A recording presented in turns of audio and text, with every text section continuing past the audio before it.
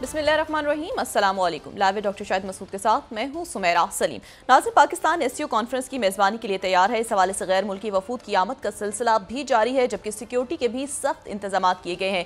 वज़ीर आज़म शहबाज शरीफ साहब और चीनी हम मनसब की मौजूदगी में पाकिस्तान और चीन के दरमियान मुख्तलिफ शोबाजात में मुफाहमती याददाश्तों पर दस्तखत भी हुए, जबकि दूसरी जानिब आईनी तरमीम के हवाले से मौलाना फजल रहमान साहब ने कहा है कि गुफ्तगू और मुज़ाकरात के नतीजे में आईनी तरमीम पर काफ़ी हद तक हम आहंगी पैदा हो चुकी है। इसके अलावा भी दीगर मौज़ूआत पर आज हम गुफ्तगू करेंगे। स्टूडियो में हमारे साथ मौजूद हैं डॉक्टर शाहिद मसूद। अस्सलाम वालेकुम डॉक्टर साहब।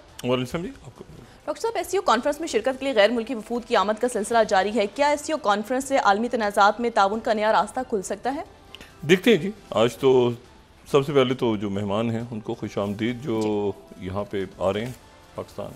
चाइना के प्राइम मिनिस्टर आ जाए, उनसे अलग एक पाकिस्तान की मुलाकात हुई है और उसके बाद फिर कल जो है वो शंघाई कॉरपोरेशन ऑर्गेनाइजेशन के बाकी अरकान भी आ जाएंगे। फिर देखना इसमें यह है कि अलामिया जो जारी होता है पिछले साल 2 साल से तकरीबन या 3 साल से जितनी कॉन्फ्रेंसेस हुई हैं बड़ी, चाहे वो G20 समिट हो, जो G7 हो, तो मुश्तरका अलामिया जो है वो एक बड़ा इशू रहा है तमाम समिट्स में।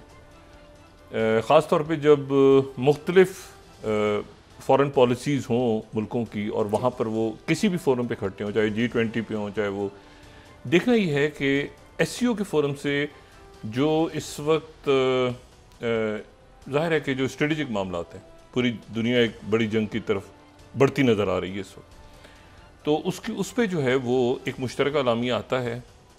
या ये है कि अच्छा मुश्तरका तो सूरत में होगा अलामिया, ज़ाहिर है कि फिर उसमें कोई ऐसा इशू नहीं डिस्कस हो जो कि कंट्रोवर्शियल हो किसी के लिए भी, यानी कोई भी बात करना चाहे। मिसाल के तौर पे यूक्रेन पे रशिया है लेकिन शंघाई कॉरपोरेशन ऑर्गेनाइजेशन में, या ये कि मिडिल ईस्ट का उसमें ज़िक्र ना हो, तो फिर एक इशू उठेगा और ख़ास तौर पे गज़ा या फ़लस्तीन या 2 रियासती हल या वहाँ पे और तो वहाँ पर ये इशू उठेगा कि जी इतना बड़ा फोरम है, तो यहाँ ये जो अहम तरीन दुनिया में इस वक्त जंगें हैं या जो भी आप नाम दें जो फैल रही हैं, बहुत फैल गई हैं पिछले 2, 4, 5 दिनों में, तो उनका किसी न किसी अंदाज में ज़िक्र होना ज़रूरी है। तो वो क्या तमाम मुल्क उस पर तैयार होंगे? तो ये एक बड़ा जो है वो मेरे ख्याल से वो देखते हैं कि अलामिया क्या आता है, मुश्तरका अलामिया। और ये है कि बायलेटरल मुलाकातें कौन सी आपस में होती हैं, यानी ज़ाहिर है कि एक तो कॉन्फ्रेंस है, उससे हट के कोई बायलेटरल मीटिंग्स होती हैं जैसे पाकिस्तान और चाइना के दरमियान, इस तरह के दूसरे मुल्कों की भी कोई बायलेटरल समिट्स होती हैं। तो बहरहाल ये है कि ये बड़े एक बहुत तारीख़ी लम्हात पे ये कॉन्फ्रेंस हो रही है पाकिस्तान में, तारीख़ी और इंतहाई हसास लम्हात पे। ये आप समझें कि एक जब यानी बहुत सी कॉन्फ्रेंसेस मैंने कहा ना पिछले दिनों में हुई हैं, पिछले सालों में हुई हैं, और वो किसी भी तनाज़े का हल नहीं बन सकी। तो तनाज़ात जो है ना वो ये शंघाई कॉरपोरेशन ऑर्गेनाइजेशन एससीओ में देखना है कि ये क्या कोई ये जो स्ट्रेटेजिक मामलात हैं रीजन के उस पर ये फोरम कोई बात करता है, या सिर्फ ये कि इकॉनमी और भाईचारा और अच्छी बात करके वो हट जाता है। इसके अलामिये पे हम फिर बात करेंगे।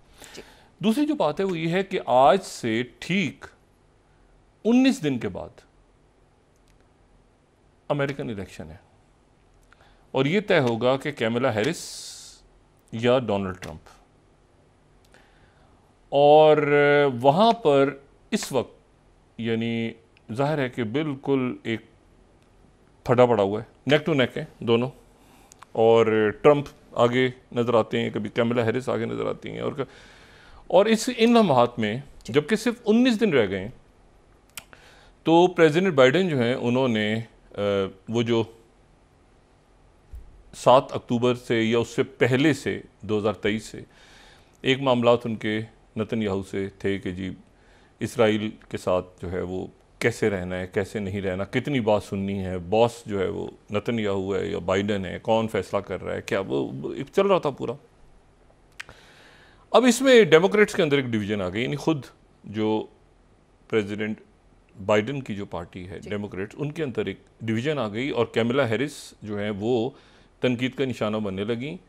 ज़ाहिर है कि उनके अंदर डिवीज़न इसलिए कि एक तो यंग वोटर्स, और फिर दूसरी बात ये कि जो अरब जो अमेरिकन वोटर्स हैं और जो मुस्लिम अमेरिकन वोटर, तो एक वहाँ पे, और ज़ाहिर है कि वो कैंपसेस में जो कुछ हुआ है पिछले 7 अक्टूबर के बाद से रिज़ाइन कर गए, बड़े डिमॉन्स्ट्रेशंस हुई, तो वहाँ पर अब वो कैमला हैरिस जो हैं वो, और ट्रंप ने उन पर खुल के अटैक किया, रिपब्लिकन्स ने, तो वो कहीं दरमियान में प्रेसिडेंट बाइडन ने 19 दिन पहले अपनी, या 20 दिन अगर कल का फैसला हम कहें, तो उन्होंने 20 दिन पहले अपने सदारती ओहदा ख़त्म होने से उन्होंने इसराइल में कहा है कि हम जो है वो ये terminal high attitude area defence, जिसको थर्ड डिफेंस सिस्टम जो है वो वहाँ पे हम भेज रहे हैं, और उसके साथ जो है वो वहाँ पे अमेरिकन ट्रूप्स भी होंगे,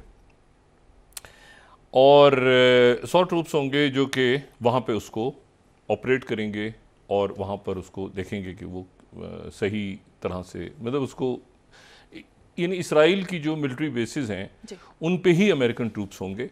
और ये अमेरिका ने इसलिए भेजने का फ़ैसला किया है कि वहाँ पर जो अटैक्स हुए हैं, वो अटैक्स जो हैं वो ईरान की तरफ से जो 200 मिज़ाइल्स फायर हुए, तो उसमें से बहुत से मिज़ाइल जो हैं वो वहाँ पे उसको एरो और डेविड स्लिंग और आयरन डोम, ये सारे जो हैं ये रोकने में नाकाम हो गए। ये इन्होंने, अच्छा एरो भी नाकाम हो गया, क्योंकि एरो जो है वैसे तो, आयरन डोम तो इन्होंने बनाया था ना कि ये शॉर्ट रेंज जी, तो लेकिन एरो तो बहुत बड़ा एक सिस्टम था और उसको यही था कि दूर से अगर कोई आए, लॉन्ग रेंज, लेकिन ये है कि वो भी फेल हुआ। तो अब थर्ड मिसाइल जो है, थर्ड डिफेंस सिस्टम वहाँ पे उन्होंने भेजा है। थर्ड सिस्टम जो है वो साउथ कोरिया के पास है, सऊदी अरेबिया के पास है और यूएई के पास है, और अब उन्होंने इसराइल के पास दिया है। क्या परमानेंटली दे दिए या कुछ अरसे रहेगा, ये अभी देखना है। और इसको अगर हम किसी तरह से अच्छा ये जो है ये यानी एक तो लॉन्ग रेंज, मीडियम लॉन्ग, ठीक है ना, और ये मतलब बड़ा बड़ा यानी आप समझें कि ये बड़ा ज़बरदस्त उनका सिस्टम है। और ये जो है ये एंडोस्पेस में अगर देखें कि जो स्पेस के अंदर, यानी जो विद इन जो हमारी एटमॉस्फेयर है उसके अंदर जो स्पेस है, एंडोस्पेस, उसमें भी, और फिर एक्सो स्पेस उसमें भी, और जो है ये अपर टीयर जो है एक्सो स्पेस का, उसमें भी ये ऑपरेट कर रहा होता है। तो लॉन्ग रेंज मिसाइल्स के लिए ये बेहतरीन सिस्टम है। इसको किसी तरह से कंपेयर कर सकते हैं आप S-400 से, जो कि रशिया बनाता है, और वो जो रशियन सिस्टम है उसके साथ मतलब है कि कंपेयर इसको किया जा सकता है। अब ये वहाँ पे इसलिए पहुँचा इसराइल में ये पूरा सिस्टम कि इसराइल, अच्छा, और इसराइल की जो बेसिस हैं वहीं पर ये सिस्टम होगा, और वहीं पे उनके जो ट्रूप्स हैं, अमेरिकन ट्रूप्स, जो कि इससे पहले जब वहाँ पे एक ह्यूमैनिटेरियन पियर बन रहा था, तो प्रेसिडेंट बाइडन ने कहा था, वो जो साइप्रस से जो आ रहा था इमदादी सामान, तो उस वक्त प्रेसिडेंट बाइडन ने कहा था कि नहीं, जो फ़ौज है वो बूट्स ऑन ग्राउंड नहीं होगी, वो गज़ा में नहीं उतरेगी, बल्कि बाहर ही रहेगी। और सबको याद होगा कि उस वक्त ये था कि वो अमेरिकन ट्रूप्स दूर रहेंगे, और वहाँ से फिर जो इमदादी जो यूनाइटेड नेशंस के बाकी लोग हैं सामान लेके जाएंगे वापस। वो फिर हवा वगैरह मौसम टूट गया, पता नहीं क्या बना, लेकिन उन्होंने कहा था कि बूट्स ऑन ग्राउंड में यहाँ पे इस रीजन में हमने, तो बूट्स ऑन ग्राउंड है। ना सिर्फ ये कि बूट्स ऑन ग्राउंड है, बल्कि वो उन बेसिस पे हैं जिन बेसिस पे इस ईरान के मिसाइल्स गिरे थे। अच्छा, अब ये इसकी वजह क्या है?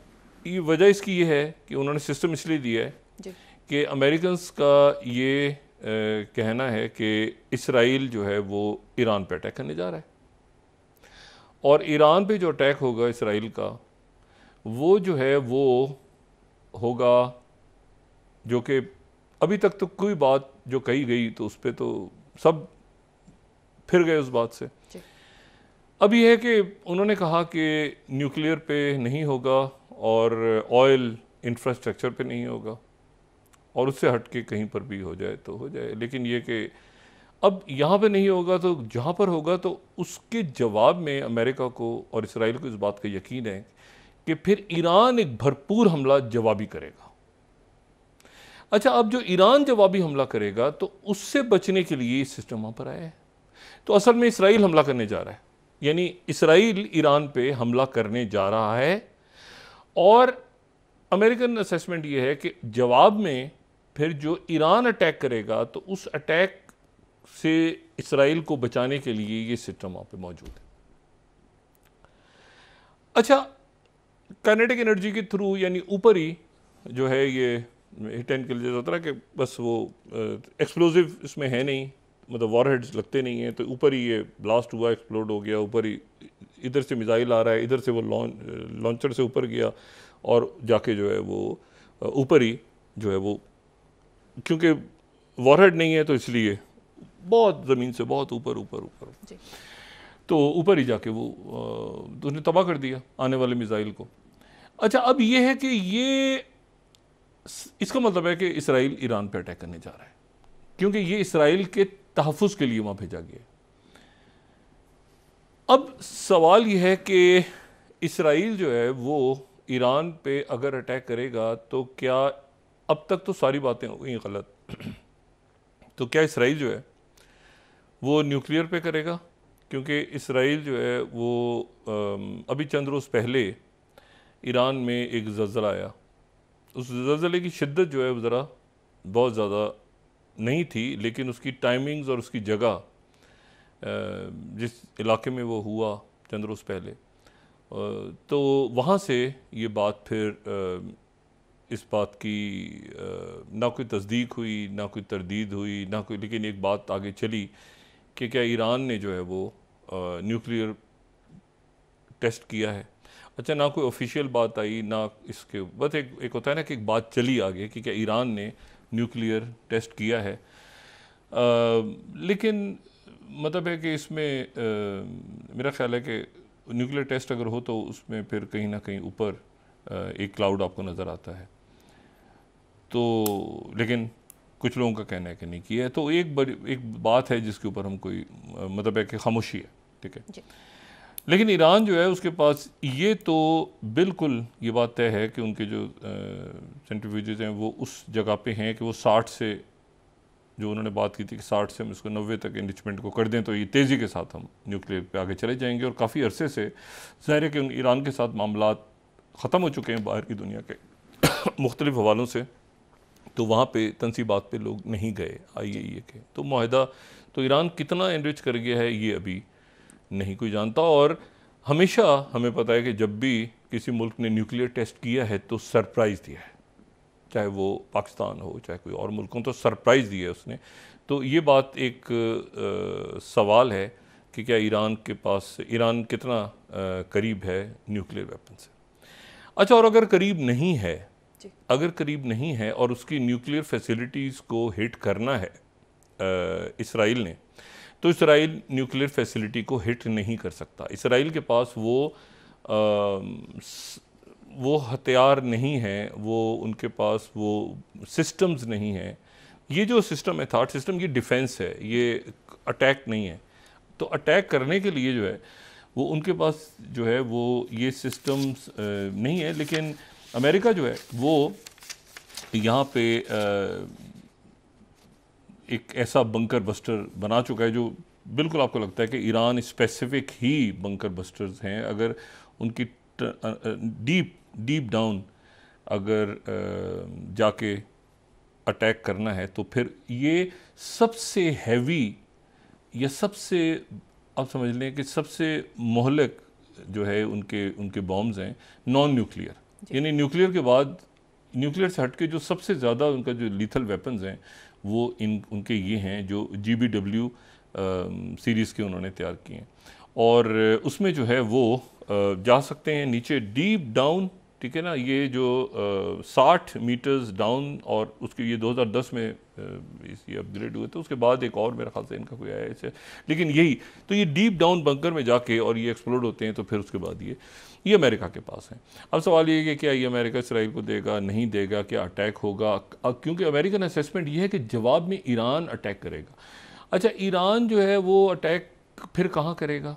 और अगर ईरान मिलिट्री बेस पे अटैक करेगा, मिलिट्री बेसिस पे इसराइल की, और वहाँ पे अमेरिकन ट्रूप्स मौजूद हुए और अमेरिकन ट्रूप्स निशाना बन गए ईरान का, तो अमेरिका का कहना ये है कि हमारे ट्रूप्स अगर ईरान के हमले के नतीजे में हमारा कोई फौजी गया तो हम उसके नतीजे में फिर ईरान पे डायरेक्ट जो है वो हमारा अमेरिका बमुकाबला ईरान होगा। तो यानी अब ये है कि ना सिर्फ ये कि डिफेंस, एक तो होता है ना खाली आपने ये डिफेंस बैटरीज दे दी इसराइल को, बल्कि अमेरिकन ट्रूप चूँकि उन बेसिस पे मौजूद हैं जिन बेसिस पे ईरान के मिसाइल गिरे थे, तो अब ईरान जवाब देता है। और फ़र्ज़ करें, अच्छा अब यहाँ पर ये बात भी इंटरेस्टिंग है कि अमेरिका ने जो बात की है कि जी अगर मिसाइल गिरा और उसके नतीजे में हमारा कोई शख्स, हमारा कोई फ़ौजी जान से गया तो हम डायरेक्ट फिर ईरान के साथ काइनेटिक वॉर में चले जाएंगे। तो यहाँ इसका मतलब ये है कि अमेरिकन को ये भी अंदाज़ा है कि शायद ये जो थर्ड सिस्टम है ये भी काम ना करे। यहाँ ये भी देखना है कि जो तुर्कमेनिस्तान में 2 रोज़ पहले मुलाकात हुई है प्रेसिडेंट पुतिन की ईरानियन प्रेसिडेंट के साथ, मसूद पेज़ेश्कियान के साथ, तो वो जो मुलाकात है उस मुलाकात में वो काफ़ी डिटेल मीटिंग हुई है, काफ़ी बड़ी मुलाकात हुई है। और उस मुलाकात में जो है वो दोनों ने कहा है कि जो बैनुल अक़वामी इश्यूज़ हैं बहुत सारे, उस पर रशिया और ईरान जो है वो एक साथ खड़ा है। सवाल ये है कि अगर इसराइल को दे दिया है अमेरिका ने थर्ड सिस्टम, तो क्या ईरान को S-400 पहुंचेगा फौरी या नहीं पहुंचेगा? ये एक बड़ा इस वक्त सवाल है। और क्योंकि जाहिर है कि ईरान यूक्रेन जंग के दौरान रशिया के बहुत करीब आया है, और इस वक्त रशिया जो है वो जाहिर है कि जो यूक्रेन से तवज्जो गई तो यूक्रेन में पहले बात कर चुके हैं, यूक्रेन चूँकि इस वक्त कहीं ख़बरों में नहीं है तो बड़ी हद तक यूक्रेन जो है वो तेज़ी के साथ वो रशियन ट्रूप्स वहाँ जा रही हैं। लेकिन ये कि ईरान जो है, अब ये इशू ये है कि वहाँ थर्ड सिस्टम आ गया तो क्या S-400 आता है, और S-400 और थर्ड का फिर टकराव कैसे होगा? ठीक है, वहाँ से अगर अटैक होगा, और उन्होंने कहा कि जवाबी अटैक जो है वो इसराइल करेगा, या इसराइल अभी अटैक करने जा रहा है, तो क्या है, क्योंकि ये जो थर्ड सिस्टम है इसको भी 4-5 दिन लगेंगे, अभी नहीं पहुँचा, अभी 4-5 दिन लगेंगे इसको पहुँच के पूरा इंस्टॉल होने में। सवाल ये है कि क्या इस दौरान S-400 आएगा या नहीं आएगा, ये एक सवाल है ईरान के पास। दूसरी जो बात है वो ये है कि जो इसराइल है, इसराइल ने ये किया है कि एक तो वो पूरा जो गैलेंथ ने जाना था और नेतन्याहू ने शराइत आयद कर दी थी कि बच्चू तू कहाँ जा रहा है, तो उन्होंने कहा बच्चों के चक्कर में वो सारा जो है वो आखिर में जाके वो बाइडेन साहब जो हैं वो, क्योंकि इतना मैसिव इलेक्शन, मैंने कहा ना 19 दिन है इलेक्शन में, पूरी दुनिया इस वक्त जो है एक बहुत बड़े एक आप समझ रहे हैं आतिशफिशां पे खड़ी है कि क्या इसराइल पे अमेरिकन असेसमेंट नहीं है, उनका कहना है कि इसराइल हमला करने जा रहा है और जवाबी हमला होगा तो हमने इसराइल को बचाने के लिए सितों लगा रहे हैं। अच्छा, अब इसमें यह है, और इसराइल न्यूक्लियर पे हमला नहीं कर सकता जब तक उनके पास वो बंकर बस्टर्स ना हो जो अमेरिका ने ईरान स्पेसिफिक तैयार किए हुए हैं। ठीक है, मतलब इंडिया या कोई भी मुल्क, पाकिस्तान अगर कोई भी अपना सिस्टम तैयार करता है वेपन्स का, तो वो चाइना तैयार करता है, नॉर्थ कोरिया, तो जाहिर है कि अपने एडवर्सरी को सामने रख के तैयार करता है कि फ्यूचर में इसके साथ कोई मामला हो तो हमारा फड्डा कैसे बढ़ेगा। तो आयरन डोम तो उन्होंने तैयार इसलिए किया था ना कि शॉर्ट रेंज उधर से आएगा मिसाइल, हिजबुल्लाह का इधर वो भी फेल हो गया। लॉन्ग रेंज ईरान से आया तो उसके लिए वो एरो तैयार किए, वो भी डेविस, वो भी फेल हो गए। अब वो सवाल ये कि थर्ड जो है वो अगर इसको ईरान थर्ड सिस्टम फेल हो गया तो एक तो फेलियर है, फिर ये कि उसके नतीजे में ट्रूप्स चले गए, कोई जानों से चला गया तो क्या होगा। तो ये एक बड़े मैसिव क्राइसिस पे तो दुनिया खड़ी है। उसके साथ ही ये हुआ है कि तवज्जो सारी लेबनान पे है। लेबनान में जो है वो इस वक्त जनूबी लेबनान में बहुत बड़ी, बहुत खौफनाक किस्म की जो है वो वहाँ पे जंग हो रही है, और प्रॉपर जंग हो रही है लेबनान और इसराइल के दरमियान। और उस जंग के दौरान चूँकि तवज्जो सारी दुनिया की लेबनान की तरफ है, तो वहाँ से हिजबुल्लाह ने फिर रॉकेट्स फायर किए, और वो फायर किए और वो बिल्कुल आप समझें कि हैफा के शहर के नज़दीक जो है वो एक जो उनकी मिलिट्री बेस है वहाँ पे जाके गिरे हैं। एक जो है वो बिल्कुल सेंटर नॉर्थ बेस पे गिरे हैं, तो वहाँ पे 4 फौजी आज मारे गए हैं इसराइल के। तो लेबनान और इसराइल की लड़ाई बढ़ गई है बहुत ज़्यादा। इसी पूरे किस्से में जो वहाँ पे जंग बढ़ी हुई है लेबनान के साथ, तो इसी दौरान इसराइल ने कहा है कि भाई ये गज़ा का इशू को एक ही दफ़ा रिज़ॉल्व करो, और गज़ा के ऊपर दोबारा एक चढ़ाई हो गई है, और वो चढ़ाई हुई है नॉर्थ गज़ा पे, नॉर्थ यानी साउथ नहीं, रफ़ा। अब तो गज़ा बिल्कुल एक, और उसका जो फार्मूला आ जाए सामने वो ये है कि शुमाली गज़ा में एक तो फ़ौज गई है और वहाँ पे अभी तक वहाँ से रॉकेट भी फायर हो रहे हैं और मिज़ाइल भी फायर हो रहे हैं, हमास की लीडरशिप लड़ भी रही है।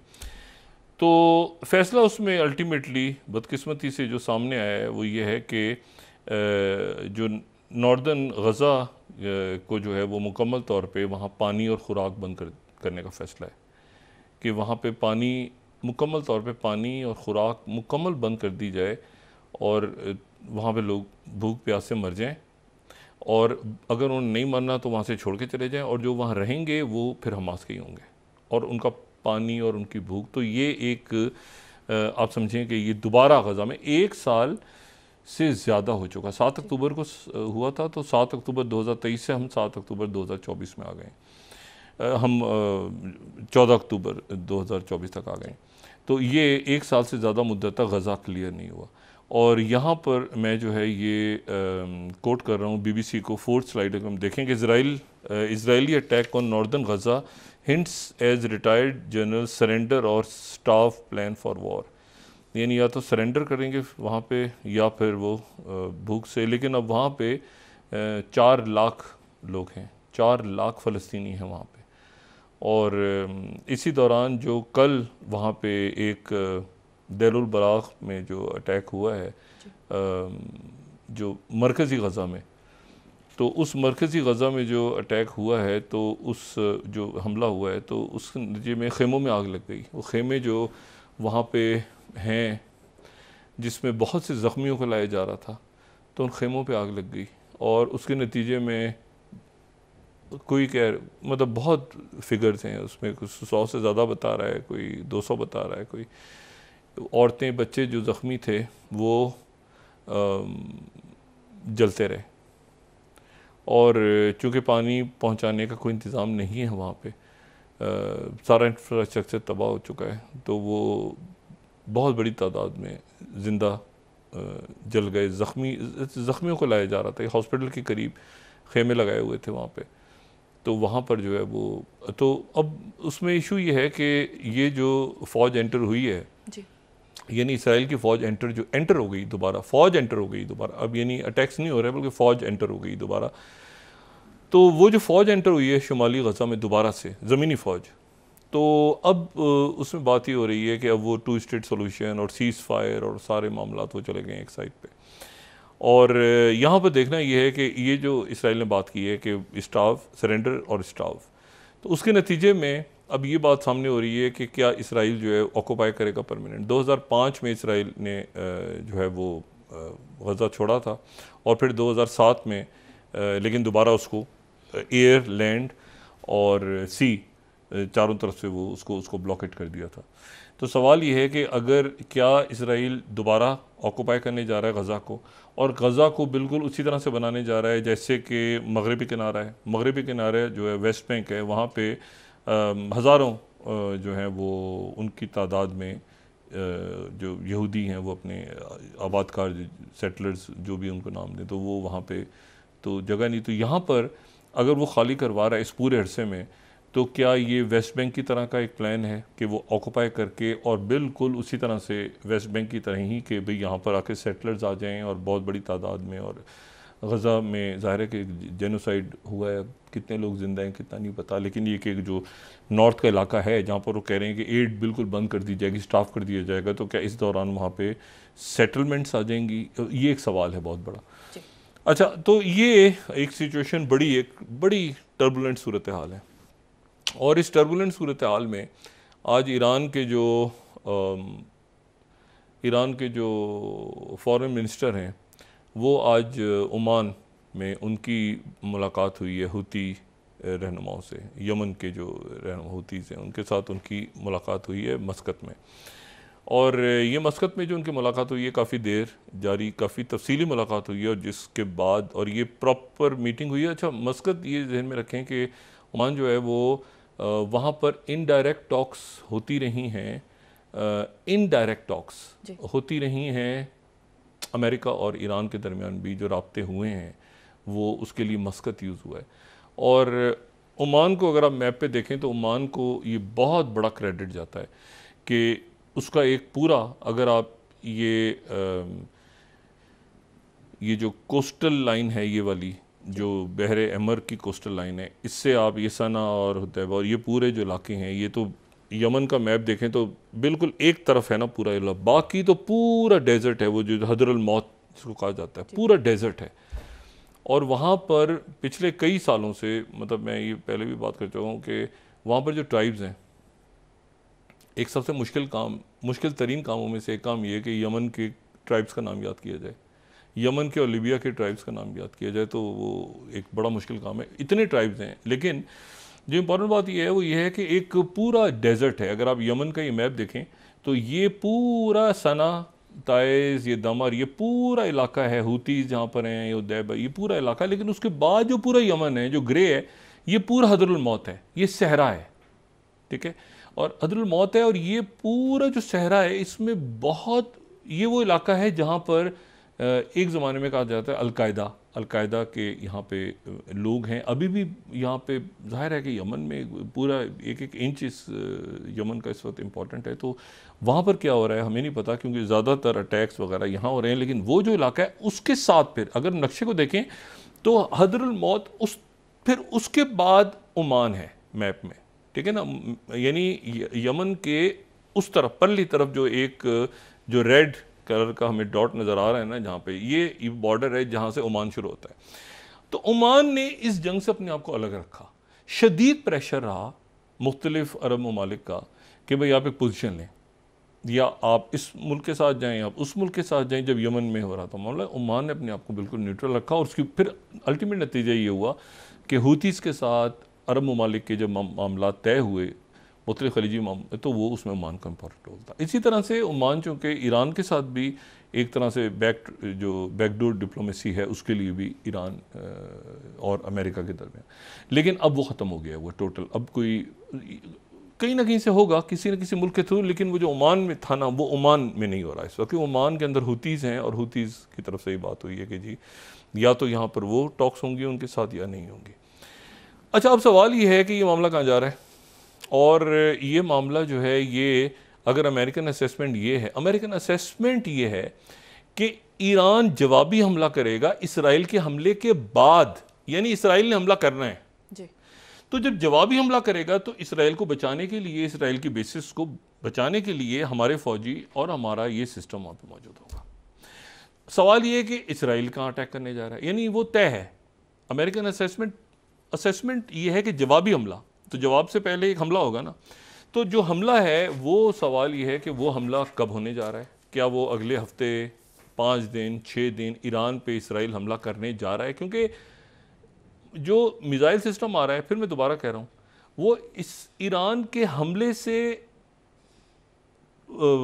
उस हमले से बचाने के लिए आ रहा है इसराइल को, जो इसराइल पहले अटैक करेगा, जो ईरान जवाब देगा उसके बाद, उससे बचाने के लिए सिस्टम आ रहा है। तो एक्चुअली इसराइल एक अटैक करने जा रहा है, यानी ये इसका जो नुक्ता है, इसराइल अटैक करने जा रहा है ईरान पे। सवाल ये आपके हमारे पड़ोस में, सवाल ये है कि कहाँ पर अटैक करेगा और ईरान का जवाब क्या होगा, और ईरान के उस जवाब में फिर खित्ता, क्योंकि ईरान की तरफ से ये बात हुई थी कि अगर हमारे ऑयल इंफ्रास्ट्रक्चर को निशाना बनाया गया तो फिर किसी को ऑयल भी नहीं जाएगा। अच्छा, इसका मतलब यह है कि किसी भी खलीजी अरब मुल्क का ऑयल भी नहीं जाएगा। हम जवाब में वहाँ पे इंस्टॉलेशंस पे, जहाँ पे जो अमेरिका के अलाइज हैं, उनको, उन मुल्कों के ऑयल को हम हिट करेंगे। तो अब एक सिचुएशन ऐसी है कि जिसमें ये चीज़ बिल्कुल कि जी क्या इराक इजाज़त देता है अपनी एयर स्पेस की, नहीं देता, वो फलाना मुल्क देता है नहीं देता, पूछ कोई नहीं रहा। अब ना कोई पूछने जा रहा है ना कोई। सवाल ये है कि इस बड़ी जंग में इस बड़ी जंग के दौरान जो कि खड़ी है तकरीबन सर पे। मैंने कहा ना कि थॉट सिस्टम आने का मतलब ये कि डिफेंड करना इसराइल को उस हमले से जो कि इसराइल के हमले के जवाब में होगा। अच्छा, अब सवाल, और वो जाहिर है कि उसमें हिजबुल्लाह, हूती से मुलाकात हो रही है, रशिया कहाँ पे है, चाइना, ये दरमियान में हो रही है SCO। अब इस SCO की इम्पोर्टेंस, इसका लामिया, इंडिया भी इसमें, जयशंकर उनके फॉरेन मिनिस्टर जो हैं वो भी तशरीफ ला रहे हैं, तो ये टाइमिंग्स हैं। और 19 दिन बाद अमेरिका का इलेक्शन है। जी नाज़रीन, वापस आते हैं एक छोटे से ब्रेक के बाद।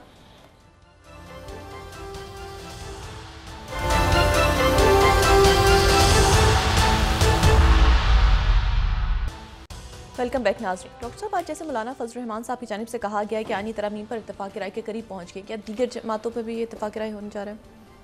मैं जी इसके ऊपर मुझे तो नहीं पता कि क्या इससे क्या हासिल क्या होगा, मतलब इस अदालत से हासिल क्या होगा। बहरहाल देखें, आईनी तरमीम आती हैं तो क्या इससे क्या मतलब, एक इस्लामाबाद हाई कोर्ट होगी, एक इस्लामाबाद में सुप्रीम कोर्ट होगी, इस्लामाबाद में एक आईनी अदालत होगी, क्या होगा, इसकी अपील उधर जाएगी, उधर मैं इसको बिल्कुल, इसका इस वक्त जो हालात हैं पूरी दुनिया के, और हम बहुत से मामलात में अब जो है ना वो मतलब हमारे जो सोशल अनरेस्ट है वो काफ़ी ज़्यादा है मुल्क में। आज लाहौर में स्टूडेंट्स के साथ मामला, कल कराची में हुआ इससे पहले, और एक ये अभी IMF से पैसे मिल गए लेकिन उनकी शराइत पे कोई बात नहीं कर रहा कि कैसे कोई मिनी बजट आएगा, क्या हालात होंगे, कैसे, एक बड़ा एक टर्मोइल है मुल्क में। और security, foreign relations, region, Iran, ये पूरा मिडल ईस्ट, और ये मैं आपको बताऊं कि उस वक्त ये बिल्कुल एक, आपको लगता है जैसे छोटे छोटे बच्चे जो है ना वो, ये बिल्कुल मतलब बच्चे क्या, वो अजीब, ये इश्यूज़ हैं ही नहीं इस वक्त कि आप इस वक्त कहें कि जी वो ये, मतलब एक अजीब सी सूरत हाल में हम जो है खड़े हैं। नेट बंद होता जाता है, इंटरनेट बंद हो जाता है, मतलब ये बड़ी अजीब सी बात है। मतलब देखिए ना, अब ये खान साहब की सेहत के हवाले से कंसर्न्स थे, तो मेरा ख्याल था कि शायद आज या कल में मुलाकात हो जाए तो मामला ज़रा पुरसकून से हो जाए, लेकिन ये है कि इंटरनेट बंद हो जाए, ये बड़ी अजीब बात है।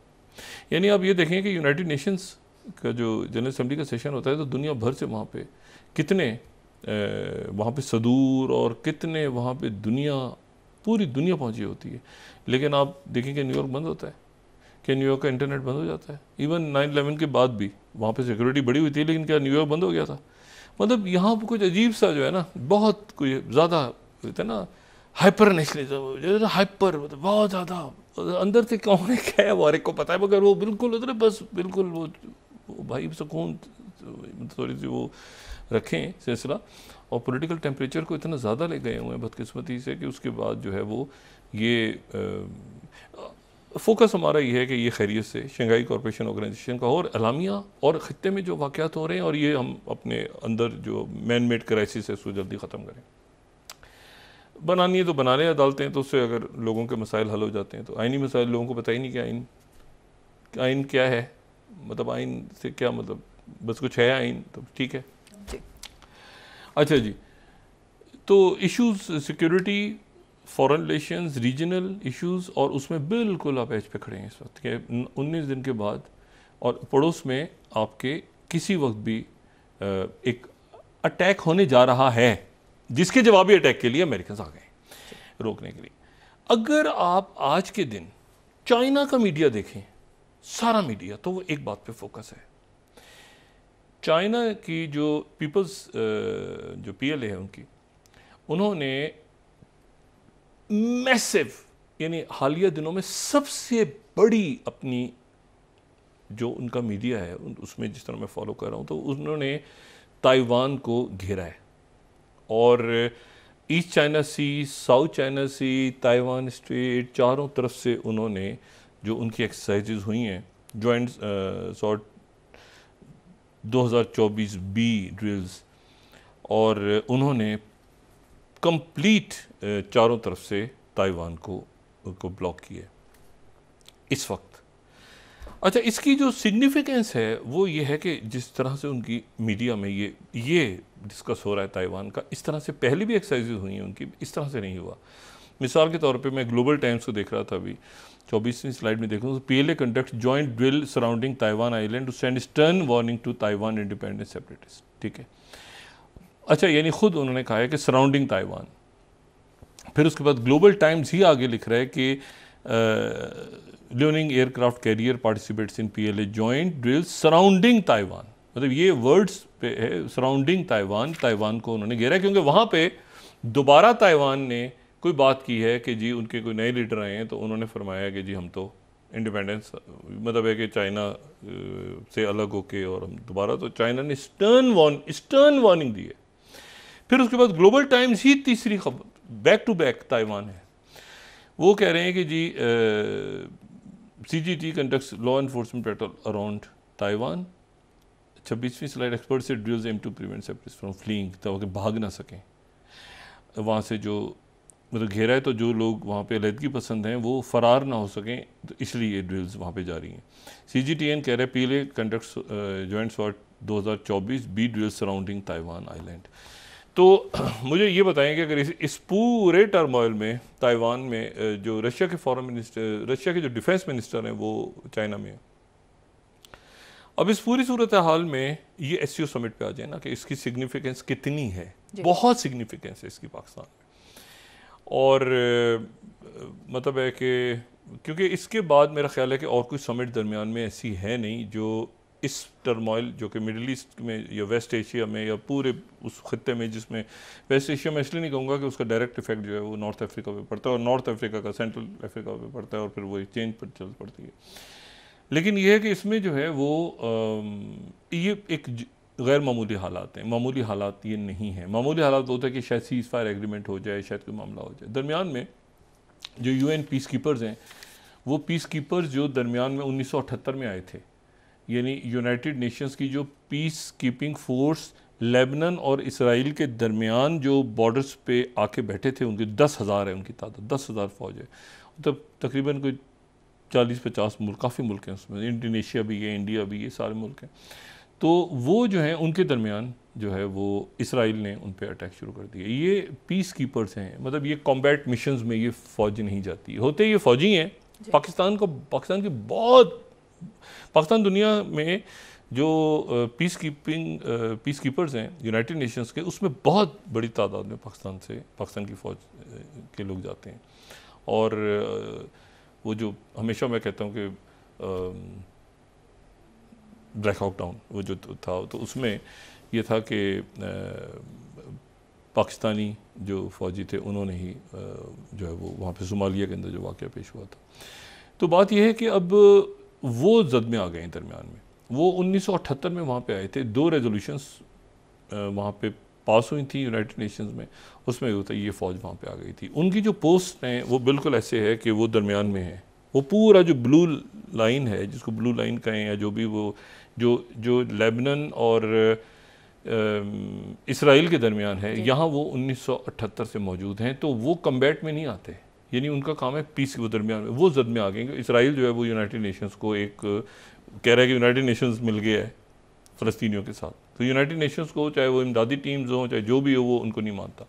अब ये सारे मुल्क हैं बेशुमार, और ये एक ब्लू लाइन है, डिफेक्टो बॉर्डर है ये दोनों का। और ये 1978 में 1978 में ये फ़ौज यहाँ आ गई थी।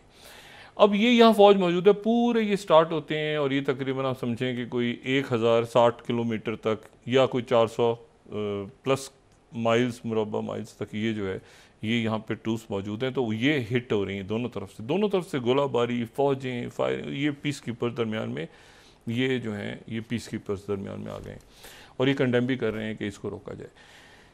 इस पूरे टर्मोइल में जाहिर है कि पूरी दुनिया अलर्ट है और दुनिया की प्रायोरिटी दूसरी हैं। दुनिया की प्रायोरिटीज़ इस वक्त सिक्योरिटी, सोशल अनरेस्ट मुल्क में ना पैदा हो, हंगामी सूरत हाल, कोई एक्सीडेंटल नहीं, ये तो बिल्कुल एक्सलेट हो गया ना, बाकायदा एक अरब मुल्क शामिल हो गया, प्रॉपर अरब मुल्क। फिर उसके बाद इराक़ भी है, फिर उसके बाद यमन भी है, फिर उसके बाद जो है वो सऊदी अरबिया, UAE, कतर, इनका कलीदी किरदार है। आज एक मुलाकात हुई है दोबारा जो शिनबित के सरबराह की, अब उसके ऊपर कोई कमेंट्स अभी तक नहीं आए ऑफिशियल, लेकिन एक मीटिंग हुई है। शिनबित के सरबराह दोबारा 22 अगस्त के बाद दोबारा कायरा गए हैं और उन्होंने इजिप्ट में बात की है, मुलाकात की है वहाँ पे उनके जो बास कामिल से, और वो फिलाडेल्फी कॉरिडोर ये वो, क्योंकि इस वक्त ये पूरा जो मामला है इसमें इजिप्ट कहाँ पे, क्योंकि इजिप्ट ये पूरा ब्रोकर इजिप्ट कर रहा था पूरा, यानी इजिप्ट बीच में दरमियान में इन मुल्कों ने बड़ी कोशिश की है, सऊदी अरेबिया ने, यूएई ने, जॉर्डन, सारे मुल्कों ने, कि ये कहीं पीस का कोई रास्ता निकला है। लेकिन ये जंग जो है एक्सकेलेट हो गई है बहुत ज़्यादा। अब ये है कि प्रोपोर्शनल रिस्पांस, वो प्रोपोर्शनल का उसका प्रोपोर्शनल, उसका प्रोपोर्शन, उसका प्रोपोर्शन, मतलब वो उसके बराबर, उससे हम ज़्यादा करेंगे, उससे ज़्यादा, तो ये अब एक सिलसिला शुरू हो गया है जिसके लिए अमेरिका ने पहले प्रीएम्प्ट कर लिया। इसका मतलब है अमेरिका ने इसराइल से कह दिया कि तुम अटैक करो, जब जवाबी अटैक होगा तो हम होंगे। सवाल ये है कि अगर इसमें आ गया कोई अमेरिकन सोल्जर तो फिर क्या होगा, वो उसकी जान से फिर क्या होगा, अमेरिका डायरेक्ट इन्वॉल्व होगा कॉन्फ्लिक्ट में, ये एक सवाल। फिर उसके बाद दूसरा, मैं चलते चलते बात करूँ, एक बड़ा अचानक एक मामला कहीं चल रहा है पस मंज़र में, उसकी सिग्निफिकेंस क्या है, कैसे वो क्या शेप लेगा मैं नहीं जानता, लेकिन वो एक मुस्तकिल चल रहा है मामला, और वो इंडिया और कनाडा का या फाइव आइज का चल रहा है। उसमें अल्टीमेटली क्या होगा आगे जाके वो अभी क्लैरिटी नहीं है, लेकिन इसमें होगा। देखिए अभी उन्होंने जो कनाडा में इंडिया के हाई कमिश्नर हैं उनको वहाँ पर जो निजर मर्डर प्लॉट था उसमें उनका नाम डाल दिया। ये इंडियन एक्सप्रेस कोट कर रहा हूँ, तो इंडिया ने अपने हाई कमिश्नर को वापस बुला के जो डिप्लोमेटिक टाइज हैं दोनों मुल्कों की वो चली गई नीचे। और यहाँ पे 21st स्लाइड अगर हम दिखा सकें, India withdraws high commissioner to Canada. अच्छा और इसी तरह से जो अब देखें इंडिया टुडे को देखें तो India recalls 22nd downgrades diplomatic ties. ये जो है ये मसला नहीं ख़त्म हो रहा, ये कनाडा का इशू नहीं है, ये मैं आपको बता रहा हूँ, कनाडा का इशू नहीं है, ये इशू जो है ये फाइव आइज का है, क्योंकि इसी इशू को कहीं अमेरिका लेकर आया था पहले, इसी इशू को बाकी मुल्क भी ला चुके हैं, ऑस्ट्रेलिया भी। ये अभी आप कहते हैं ना कि एक डेवलपिंग स्टोरी है कि अमेरिका और इंडिया और ये दरमियान में क्या है सारा सिलसिला, ये एक डेवलपिंग स्टोरी है। ये वो G20 में उन्होंने बात की थी, ये प्लॉट वहाँ पे कोर्ट में था, ये अचानक ठंडा होता है निकल के आ जाता है, ये डाई डाउन नहीं हो रहा जी। तो ये अल्टीमेटली कहाँ जाएगा ये भी क्लैरिटी नहीं है इस पूरे टर्मोइल में। अब देखिए ना, अचानक उन्होंने कनाडा ने कहा कि ये इंडिया के हाई कमिश्नर भी इन्वॉल्व थे इसमें, इस प्लॉट, तो वो हाई कमिश्नर डिप्लोमेटिक टाइप, तो मतलब है कि ये मतलब इस वक्त बहुत ज़्यादा मेरे ख्याल से संजीदगी की ज़रूरत है और संजीदा फैसलों की ज़रूरत है, और हम भी थोड़ा सा मेरा ख्याल है कि सोशल अनरेस्ट को और जो संजीदा मामला हैं उन पर तवज्जो दें तो बेहतर। जी बहुत शुक्रिया डॉक्टर साहब।